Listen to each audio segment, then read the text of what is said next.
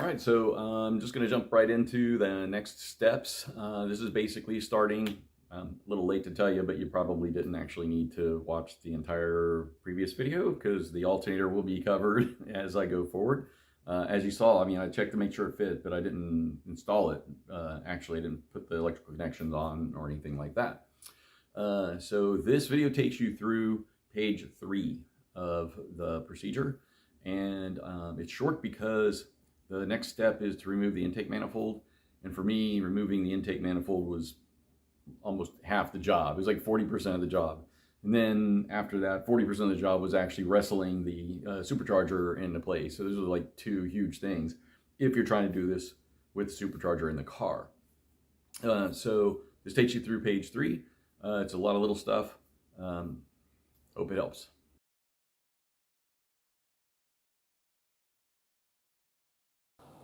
All right, so I'm just continuing to follow the instructions here. Next is to remove the battery tray. I think you have to take off the intake and then the intake manifold back there in order to get the supercharger on, so this stuff is in the way. It's pretty simple. There's just a couple bolts here. In my case, I have something attached here as well. Don't forget the one way down there. All right, the next instruction says to remove the ground connection on the valve cover near the throttle body. Well, there's the throttle body down in there.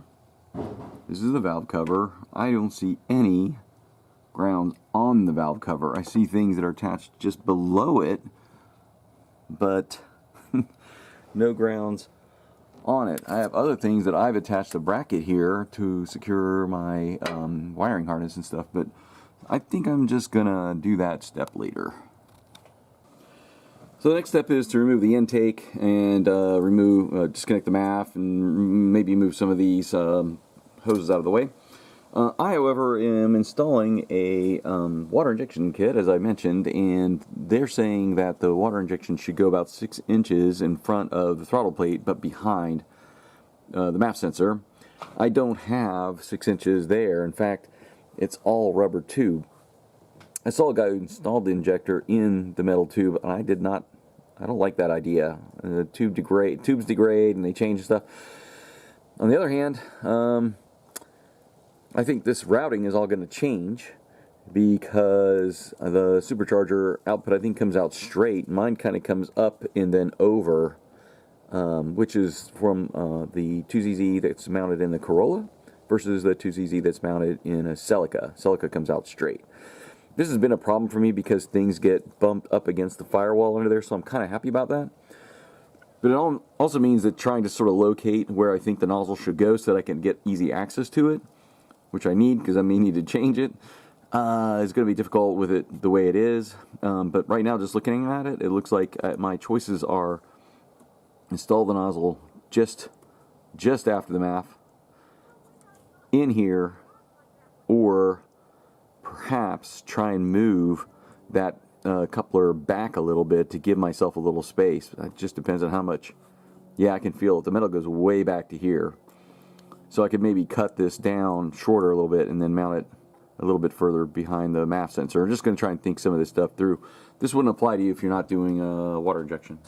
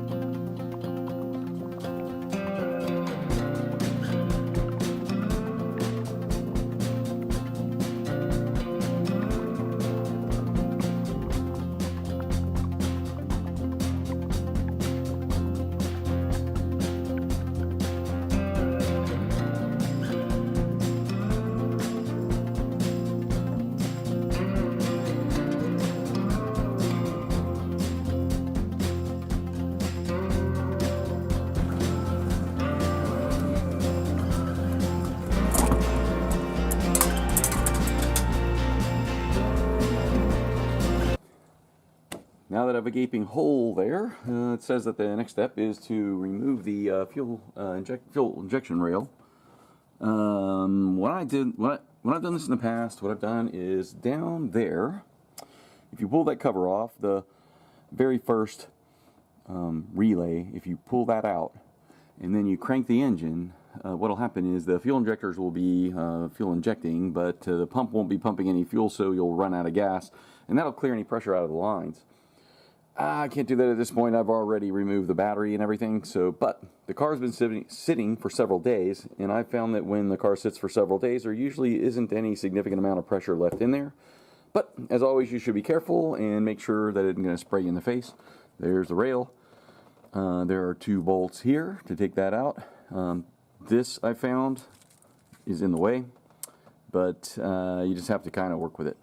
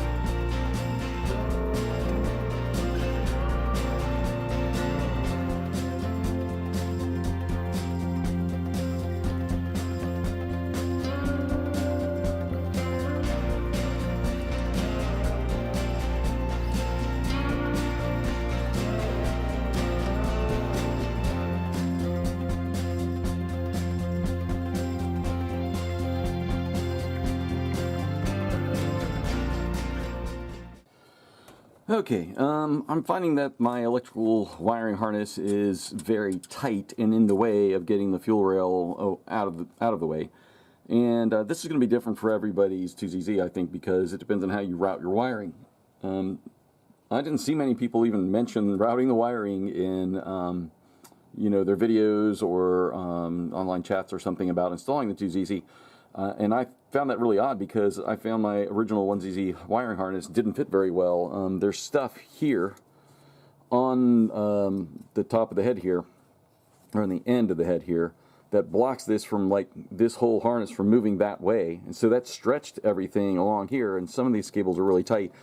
And nobody really said anything about that, so I don't really know. I had to do special stuff. In fact, to get the mass sensor to reach, I had to cut it and stretch it with a little, you know, some extra wires and stuff, and I think I stretched another one down there somewhere. So, you know, nobody ever mentioned that in their installs, but for me, this is in the way. And specifically, there is one wire that goes from under here. I can't lift up because there's one wire that comes down and connects to the, there's a noise filter down there, and it's attached to the, I guess the head. And the connector I can loosen, but it backs into this oil. This oil, I think this is the lift, the oil valve for the variable valve timing. I think that's what that one is. Anyway, it bumps that. So I think I can get it to clear, but I have to loosen the bolt on the noise filter so that it can turn out of the way, and I can get the connector off of it then, and then hopefully this might lift up, or at least I can go on to the next thing that's holding it in place. It's just very much in the way, and I think later I found that you slide the supercharger in sort of this way, and I kind of want all that stuff to be out of the way. In fact, I think that's why they're telling you to remove the fuel rail, even though later you have to change the fuel injectors. Anyway, so that's what I'm gonna do. Let me try and show you what I'm talking about. I don't know that if it's visible though. Maybe it's more visible to the camera than me because I can stick the camera down there. Let's see. Here we go.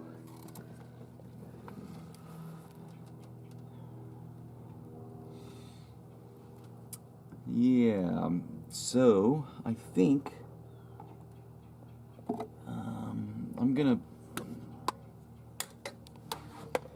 try and put my finger on it. I'm having trouble seeing the screen on the camera, so I can't tell what you can see, what you can't see. But let me see if my finger. Yeah, this connector right here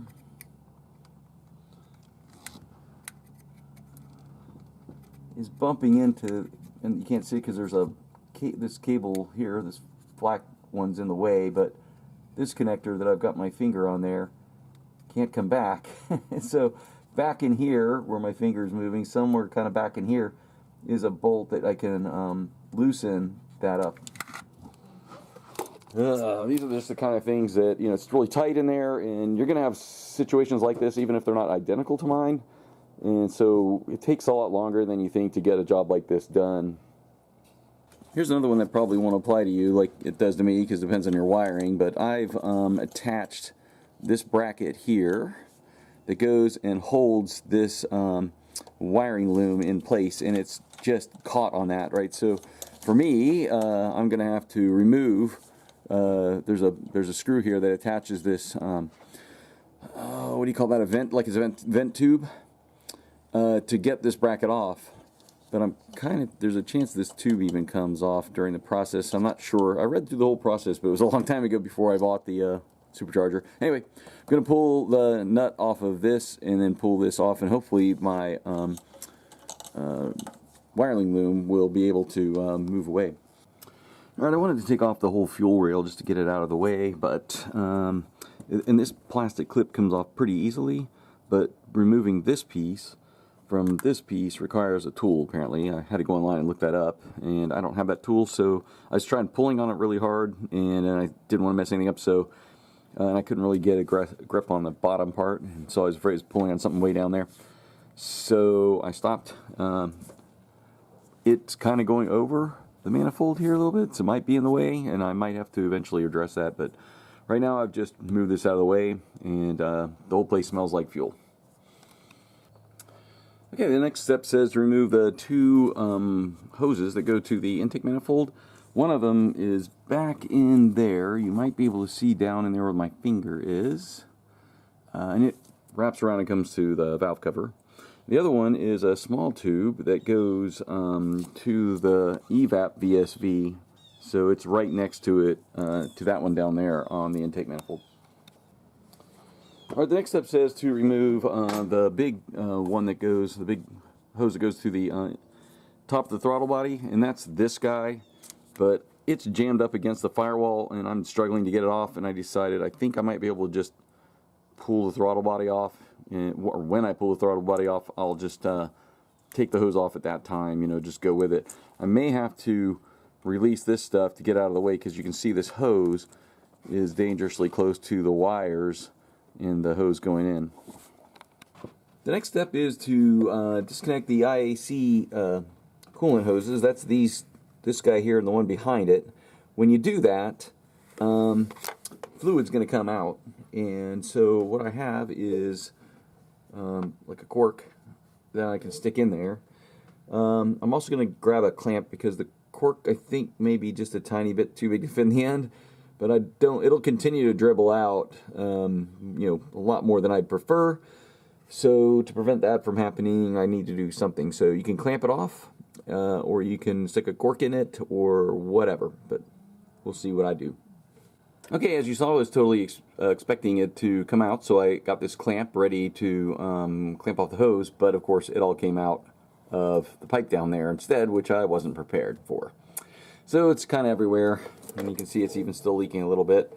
I think I have a cap for that. I'm going to go grab it now, put it on there, and then repeat the process and leak more stuff all over the floor. That leaked a whole bunch more than I remember. Like, it got everywhere. It's very annoying. I had to spend 20 minutes cleaning everything up. And the way I have my setup here, I've got two I got a jack here and a jack on this side. One's jacking up the car, and one's jacking up the engine because the motor mounts out. And I did that because it gave me just the right height, and I wanted to make sure it was locked, and so that I could work under it. You don't ever trust hydraulics, right? But those will lock if you lift them high enough, and that's where they are. So anyway, all that stuff's in the way. I can't get underneath now, so I'm gonna have to change that situation. But right now, that minute got all over the jacks under there, and I have a clamp. This clamp right here is sufficient for the task. I don't know if that other one is. It just kept leaking. It's a lot more than you think. Get a bucket. Make sure you're prepared for this. I'm really annoyed because it gets all over everything, and I wouldn't care too much, but it's sticky, and it can be hard to like spray a lot of water down there. Yeah, very annoying, but it has to be done. Alright, the next step is to disconnect the idle air control, and that's where I was just working. It's down here. See where my finger is? That's the idle air control, and behind it is the connector. So you have to try and get your hand on there. If you push in a little bit and then push down on the clamp, it's helpful. But as always, connectors are very difficult. Either you break them or you can't get them off because there's so much friction. Alright, I got it. Then the next step is to disconnect the throttle position sensor, which is right here.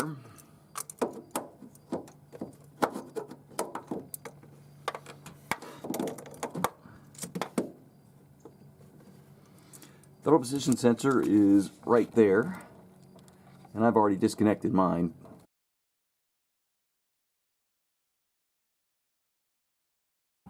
Next step is to remove the throttle body. You can see two of the bolts here, and then there's like a nut or two up top.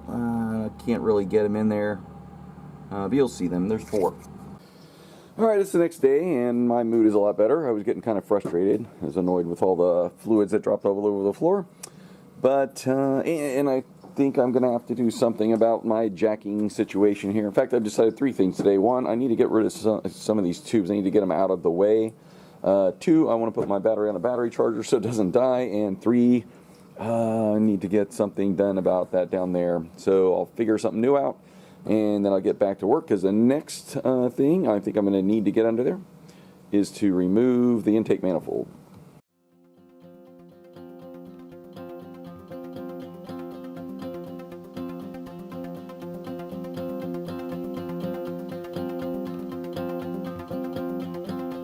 Okay, so that was it. The next video will be the intake manifold, and yeah, if you have any questions, leave them in the comments.